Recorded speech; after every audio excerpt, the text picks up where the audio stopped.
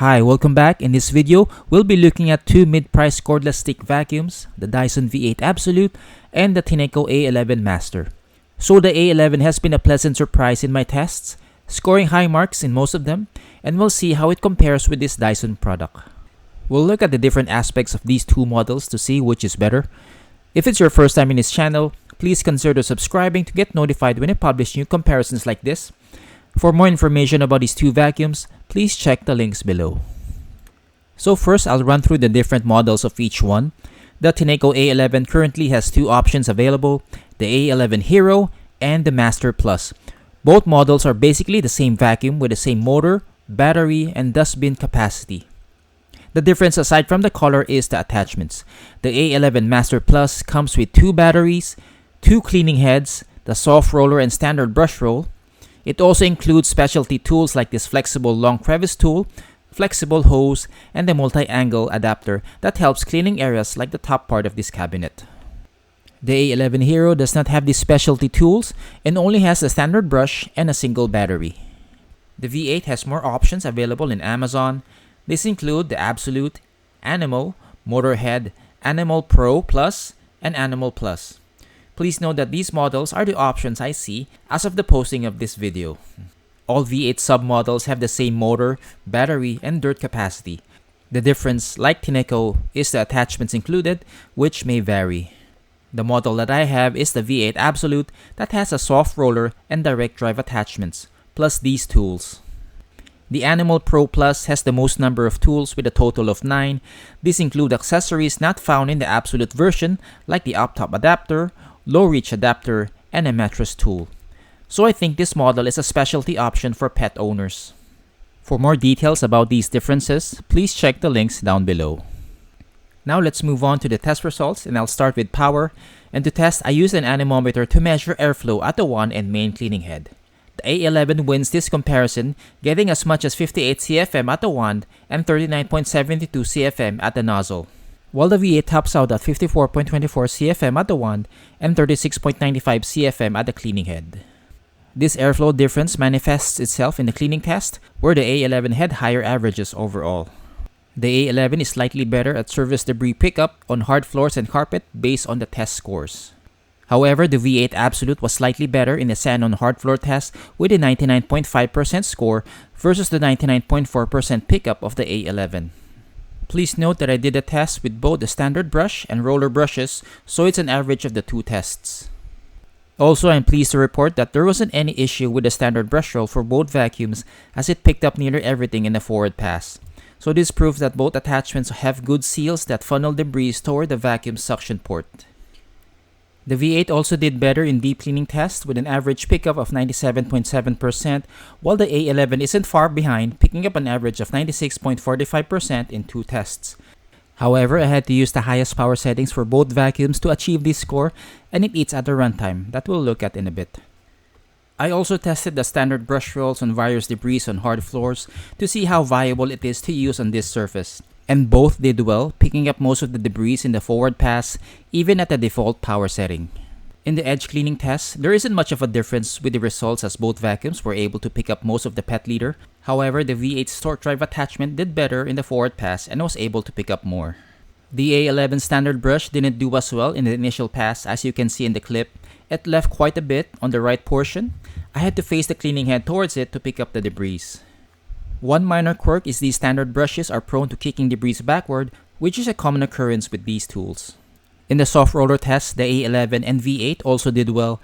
However, I'd give the slight edge to the V8 since the roller is wider and closer to the sides, so it does better at picking up stuff at the edges. For the hair wrap comparison, I scattered 1 gram of 5 to 7 inch human hair on carpet and hard floors to see how much will wrap around the brush. The Dyson V8 did better, at least with the direct drive attachment, with hardly any hair wrapping around it. The A11 didn't do so well with this much wrapping around the brush. With the soft roller test, both vacuums did very well with virtually no hair wrapping around the rollers.